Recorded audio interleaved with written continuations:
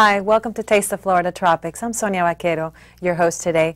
And today we have with us Mr. Mark Ellenby. He is a grower with Ellenby Farms, Ellenby Groves actually, and located right here in Homestead, Florida.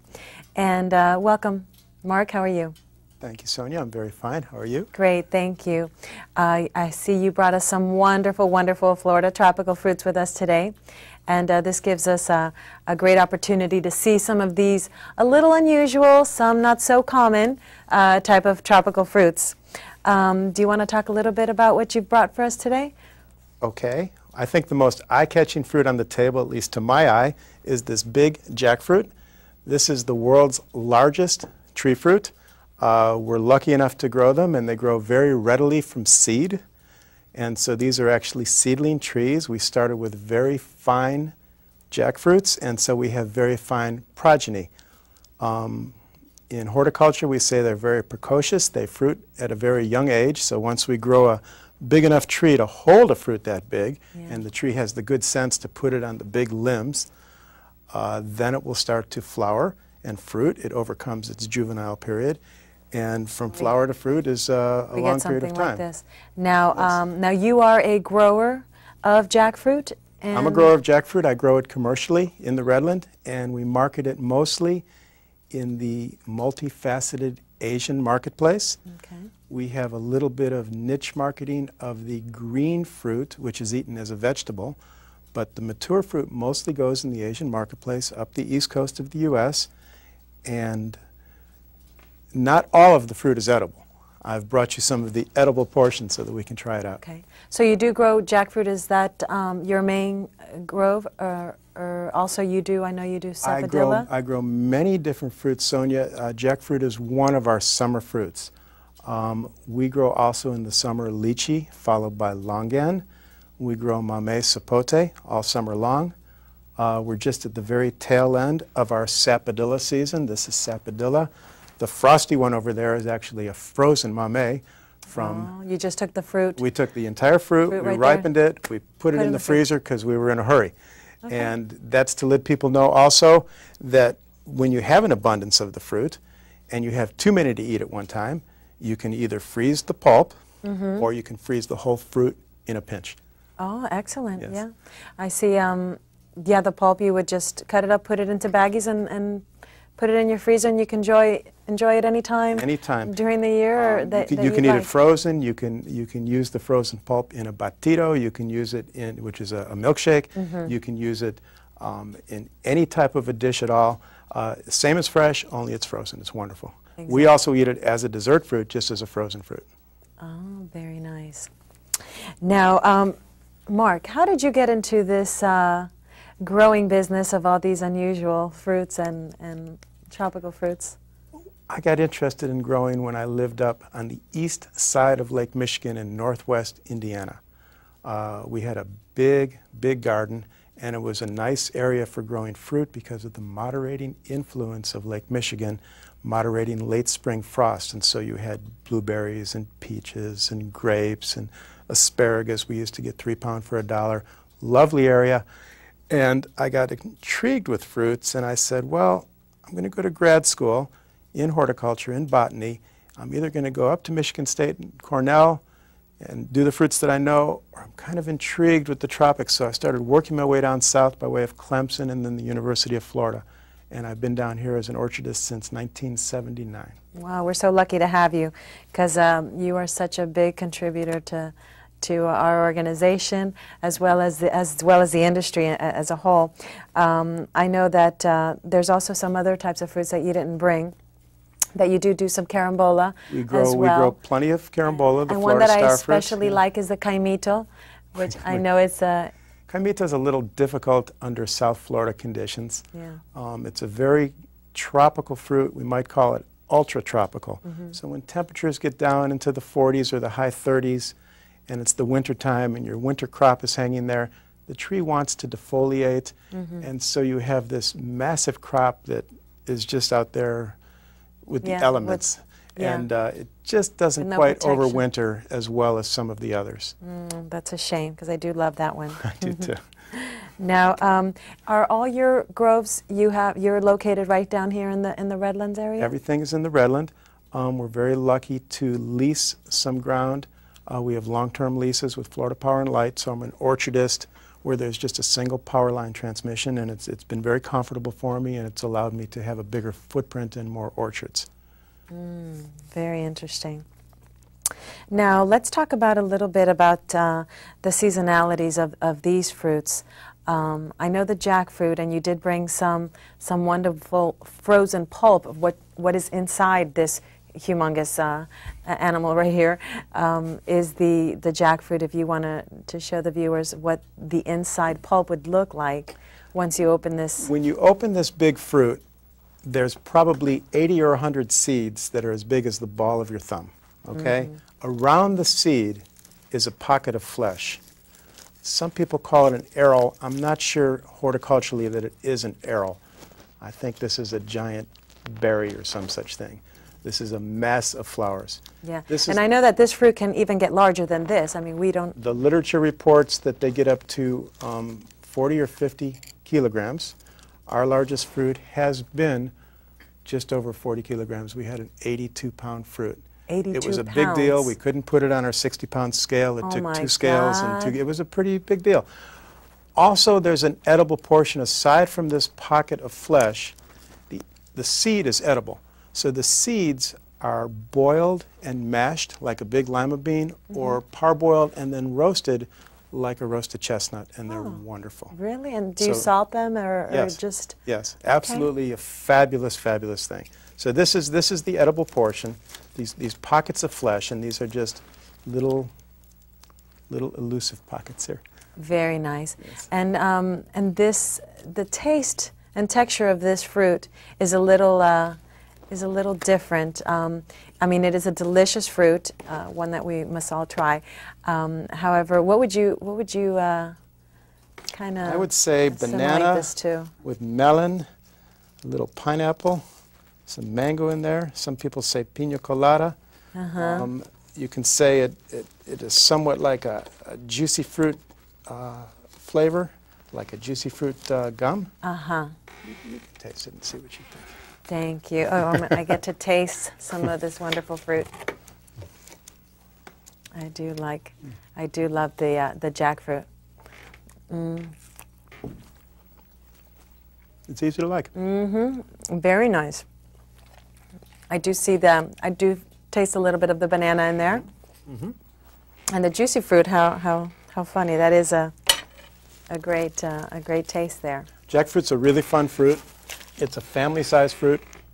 Oh, this will last a long time. It's a community-sized fruit. Yeah. It's a neighborhood fruit.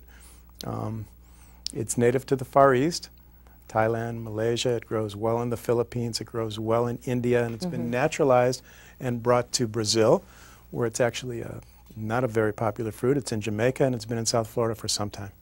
Okay. And is it hard to grow one of these trees? I mean, do they take a lot of attention and care, or?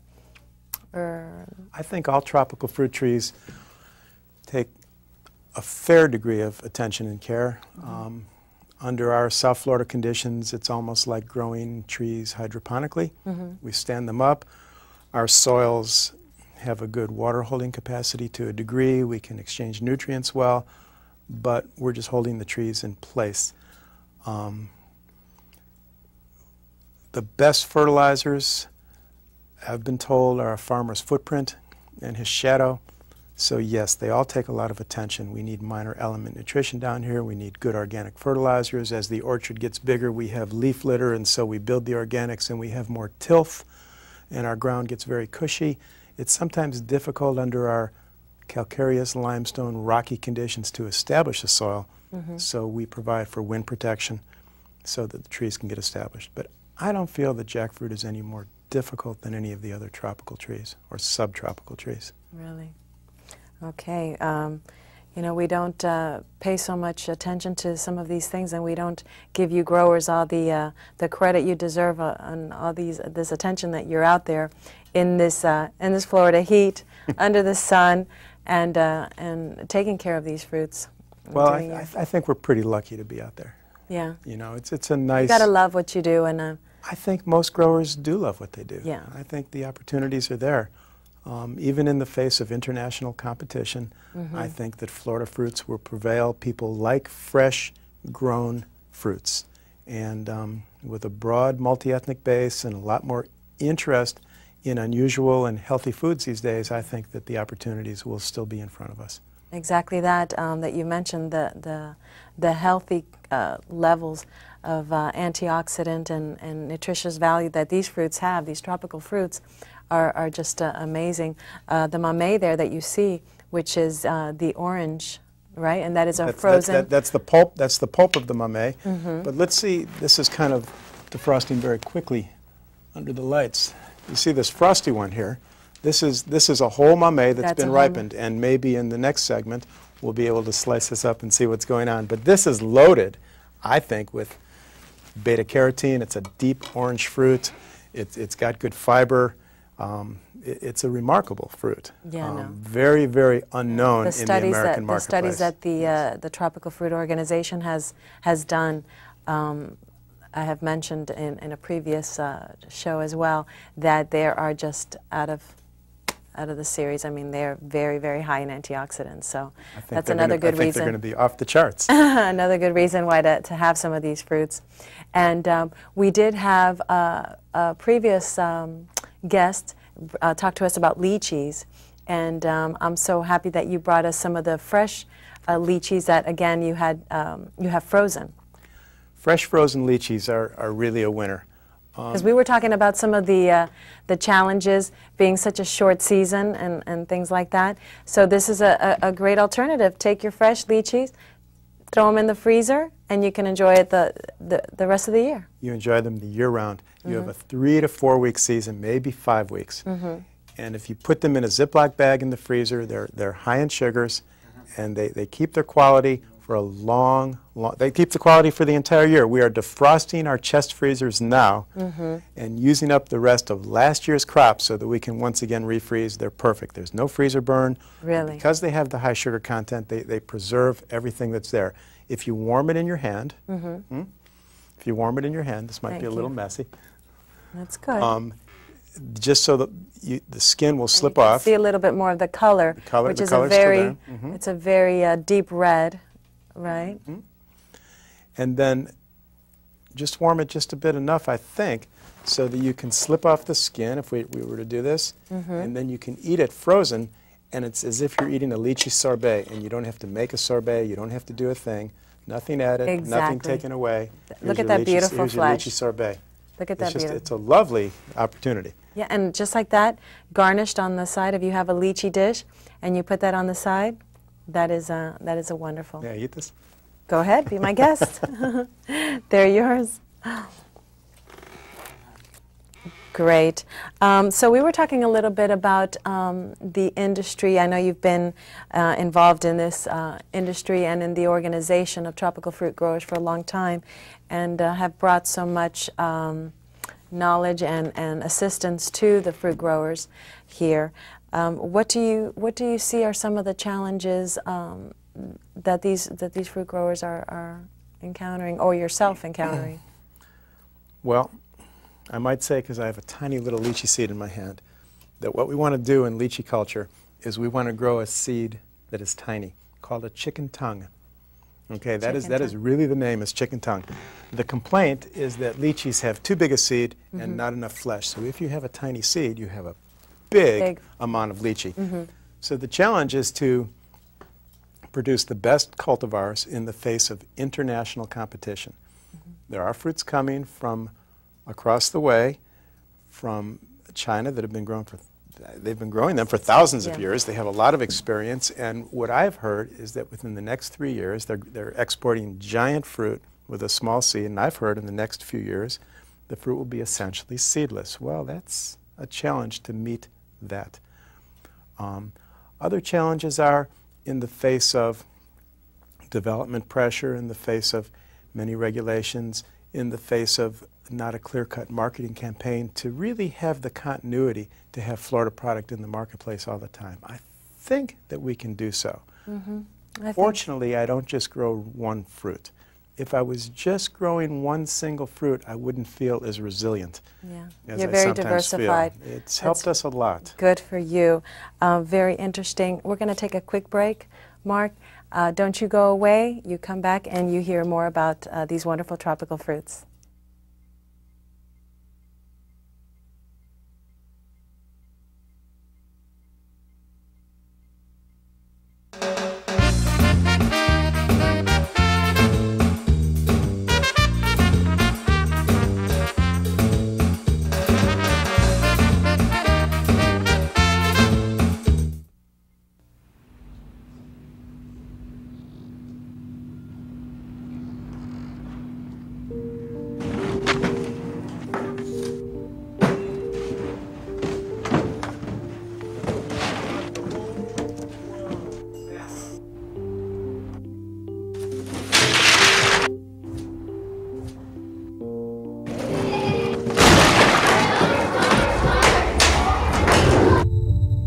AIDS has killed nearly 6 million children worldwide.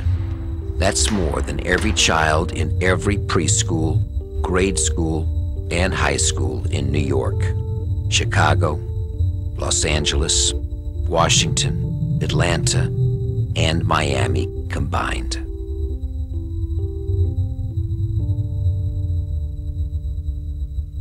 The time to do something is now. The place is apathyisLethal.org.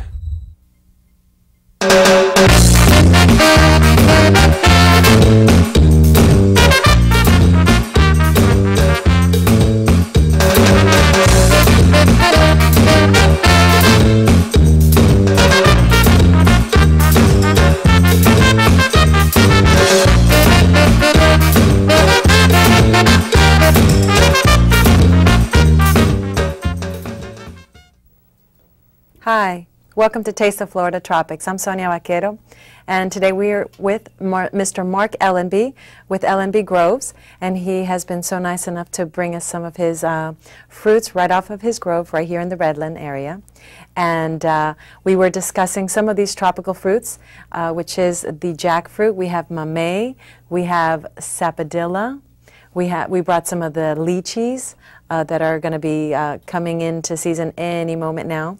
And wanted to talk a little bit about, we were talking a little bit about the jackfruit, and we tasted it, and it was quite a delicious fruit that you were mentioning. The taste is a little bit like a banana with a little bit of a juicy fruit with pina colada in there. It's just an amazing taste. So definitely this is a fruit that not everybody has had the experience. And for our viewers who are interested in trying something like this, Mark, where could they go? Locally, there's some big fruterias that carry it on Calle Ocho. Okay. Also in Kendall at Norman Brothers Produce. Oh, Norman they Brothers, often yeah. have jackfruits there from our farm and from others. Robert's Fruit Stand on the way to the Robert is here on the way to the Everglades often carries jackfruit. I think if you ask your specialty purveyor for it, they'll find it. A lot of the fruits do go out of town. They go up the eastern seaboard and they make it into the Asian marketplace in Virginia and the Carolinas and Washington, D.C. We got to keep some of these down here. We need to keep some down here. Yes. I know that if in Gardner's Market, if you have a request, and if this is one of them, the jackfruit, I mean, it doesn't necessarily have to be this big, but if you do have a request, I know that they do their best to fill that order as well. So that could be I think a marketer will take a whole fruit and ripen it and then hunk it up like big hunks of fish, overwrap it with plastic, keep it on ice, and there it is ready to take home. And then you get both the pulp and the seeds, which we mentioned are very edible and very delicious. Yeah, because I know there is some technique to handling a fruit like this. Not only, you know, it's not like you just, you know, go home and cut it. This does have like a little bit of a sap, right? Like a little latexy type sap. There is that there if is it a gets latex. on you, it is a There's a latex. It's around the core, but a properly ripened fruit really only has it around the core. What we do is we slice it the long way, and then we slice it the long way again so it's quartered, and we'll take out the core with a knife right out of the center, and then you can peel it back on the skin, exposing all the pockets of flesh and all the seeds. Now you can just you know, and then you pick can those strip it. You pockets can out. pick it off, or you can take it off with a Exactly. pocket So we have knife. to watch out for that latex. And another tip, I know that they grease. You can grease your hands and also your knife, so you don't get all that. People coat their hands in a little bit of light vegetable oil, and same with your knife, and that really helps a lot in the cleanup. I learned the hard way with that. I did not do that, so that is a great tip. Also, we were talking a little bit, you were showing me the mamey, which is that bright orange.